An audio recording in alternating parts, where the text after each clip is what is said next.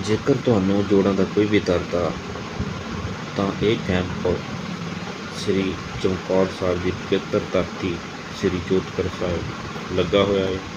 ਸਤ ਸੰਗਤ ਨੂੰ ਬੇਨਤੀ ਹੈ, ਕਿਸੇ ਵੀਰ ਨੂੰ ਗੋਡਿਆਂ ਦਾ ਦਰਦ ਜਾਂ ਸਰਵਾਈਕਲ ਜਾਂ ਢੂਈ ਦੇ ਵਿੱਚ ਕੋਈ ਵੀ ਦਰਦ ਆ ਤਾਂ ਉਹ ਆਪਣਾ ਇਸ ਪਤੇ 'ਤੇ ਇਲਾਜ ਕਰਵਾ ਸਕਦੇ ਆ। ਡਾਕਟਰ ਸਾਹਿਬਾਨ ਬਹੁਤ ਹੀ ਘੱਟ ਖਰਚੇ 'ਤੇ ਇਲਾਜ ਕਰਦੇ ਆ, ਤਾਂ ਇਸ ਕੈਂਪ ਦਾ ਜ਼ਰੂਰ ਲਾਭ ਉਠਾਓ ਜੀ। ਕਈ ਵਾਰੀ ਢੂਈ ਦੇ ਦਰਦ ਦੇ ਨਾਲ ਸਾਈਟਕਾ ਬਣ ਜਾਂਦੀ ਹੈ, ਲੱਤ ਦੇ ਵਿੱਚ ਦਰਦ ਜ਼ਿਆਦਾ ਹੋਣ ਲੱਗ ਜਾਂਦਾ, ਉਸ ਤੋਂ ਪਹਿਲਾਂ ਆਪਣਾ ਇਲਾਜ ਕਰਵਾਓ ਜੀ। ਸਾਈਟਕਾ ਇੱਕ ਬਹੁਤ ਹੀ ਖਤਰਨਾਕ ਬਿਮਾਰੀ ਹੁੰਦੀ ਹੈ। ਜੇਕਰ ਇਸ ਦਾ ਸਹੀ ਟਾਈਮ 'ਤੇ ਇਲਾਜ ਨਾ ਹੋਵੇ ਤਾਂ ਲੱਤ ਖੜਨ ਦਾ ਵੀ ਚਾਂਸ ਬਣਦਾ ਹੈ। ਕਈ ਵਾਰੀ ਲੱਤ ਸੁੱਕਣ ਲੱਗ ਜਾਂਦੀ ਅਤੇ ਕਈ ਵਾਰੀ ਲੱਤ ਫੁੱਲਣ ਵੀ ਲੱਗ ਜਾਂਦੀ ਆ।